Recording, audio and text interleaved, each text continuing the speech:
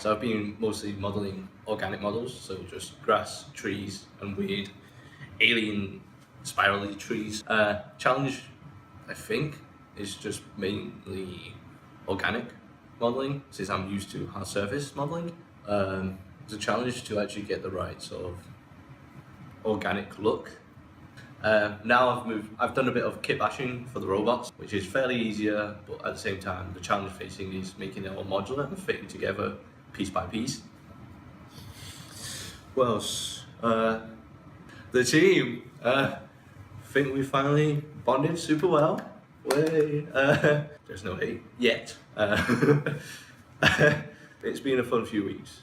So I'm actually looking forward to it. Oh yeah, Friday playtest. It went very well. Met a lot of devs. One feedback that really stood out to me as the 3D artist was to make everything more smooth looking, more organic looking, which I've been doing myself, studying it for my own master's side course. And with that feedback from playtest, it's really helped me push my modelling and my look on stuff. But yeah, it's been very good. It's a different experience that I didn't think I'll have for a long time, but now here I am. My eye's weepy, so I got a paper cut in my eye. So I'm just gonna be crying on camera. A really creepy pirate winking at me.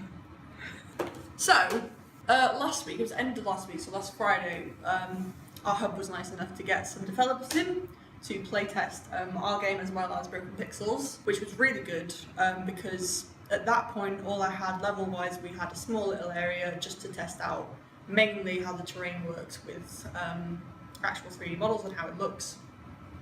And that didn't work too great. Then on Friday, we had the playtest with the developers. It was a different, I tried to do a different take with it because the first level didn't work because that was a bit more pretty than actually combat based. So the next level I made was more combat based, where it was a lot more fast paced, it was much harder. And I don't think that worked either. So with both those sort of different designs for the level, made a whole new one, and I'm in the middle of making sort of a full level because everything I've had up to this point has just been sections, not a full big map. Also to test that because now we've got LODs on the terrain, so that now the performance is like a bazillion times better. And it's really good because now the static mesh, instead of when you convert the terrain to a static mesh, it's not just a full block. So now it's broken up into pieces, so level streaming wise, it's really nice for me to just be like, it's actually really nice to work with this week.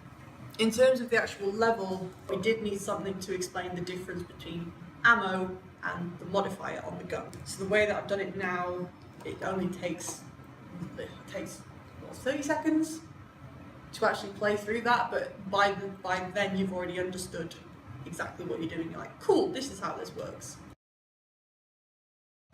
Another thing we've implemented this week is obstacles, because in the playtest on Friday, a lot of developers were saying, you know, the game is a lot about the weapon you're using. It's not a weapon, but the tool you're using. So you got a load of robot tech that's pretty much making a fence barrier thing. So you've got to use, at the beginning of the level, you won't have ammo, you'll only have access to modifiers. So if you swap to the fire modifier, you get like a hot air that will melt this tech because it's not as bulky as the rest of the tech, so you can only melt this.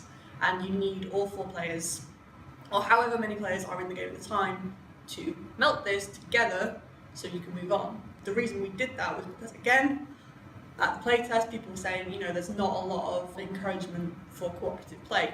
So it needs to be, you know, you need to feel like you're part of a team, you're doing this together. It's really nice. I like where it's going at the minute. It's working pretty nicely. Lots done this week. It's been a busy week.